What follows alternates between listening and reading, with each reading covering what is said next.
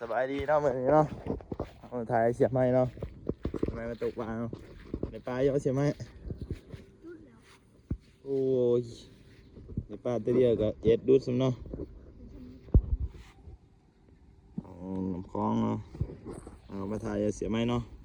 เสียบไม้เสียยังเสียบไม้บอกเขาเลยดิ เดี๋ยวมาลุงโอ้ โอ้เสียบไม้จอมมันของวัดเนาะ เดี๋ยวนี้เราต้องมาไล่ โอ้เสียไม้เอาไปนอกวิธีเสียไม้โต๊ะกันเนาะเสียไม้เห็นจังไดเนาะไปดูกันเลยเนาะ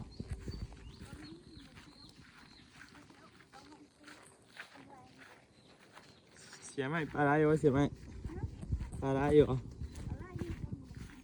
โอ้ขี่กากเกินเนาะโอ้ปลาไหลเติมเนาะโอ้มันแดงนั่นน้ำ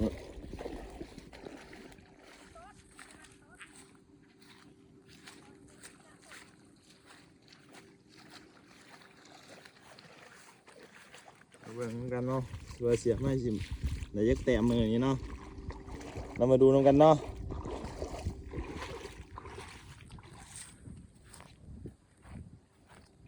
เสียไม้ห้าไม้อยู่เนาะมาจากไหนเนาะโอ้หินไม้เสียไม้มา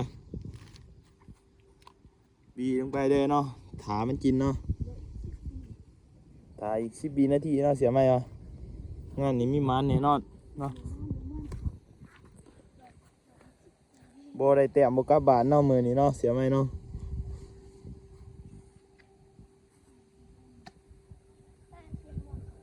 เอาเสียไม้ใหญ่มาให้อีกแล้วเนาะไม้ตัวนี้โบมักทิมลงไปกระรอนเงี้ยกันดิโอ้ มาแตง ตายอยู่เม็ดเนาะ เร่จะใจสั่งได้ สนใจสร้างใหม่น้ำเสียไม้เนาะอันราคาบ่แพงราคากันเองเนาะทางค่าได้เนาะ ปุ๊บปุ๊บ70,000ต่อรองได้ อันกระปุกละ70เนาะต่อรองไหนคนอื่นขาย70เนาะคนอื่นเองขาย100,000เนาะสูตรนี้ปลาบุกินเนาะ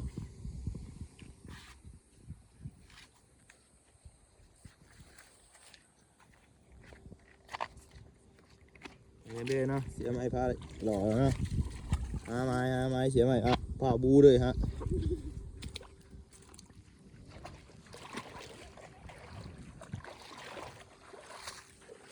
โอ้ยเสียไม้ไปเด้ออ่ะ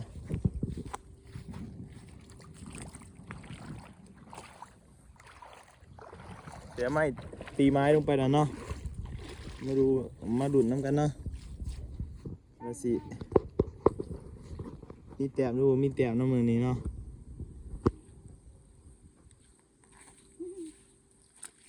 บอกบัดFCเพิ่งเสียไหม 10 เมตรมาแล้ว100 ปีบ่ได้เจอตัวอยู่ ความหมายเสียไหมเนาะสีเวทมา100,000 ปีเลยจะโตเนาะ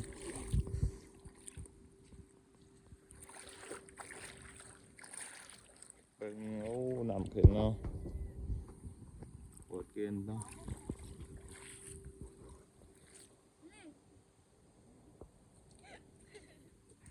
อย่าแจ้งมาละลักเลยกับมันเดี๋ยวเอาของมั ไม่ น ใส่เวทก็ยังไงเนาะ แต่ปลาหม้อข้างดำเนาะ ผมว่าข้างดำเนาะ ไปจับ ตายจาก10,000 ปีแล้วจักน้ำมือนี่ฮะก็จบคลิปไปเนาะมีแต่มาเดี๋ยวเราจะถ่ายให้เบิ่งใหม่เนาะจบคลิปเบิ่งเสียไหม หรือยังเกิดขึ้น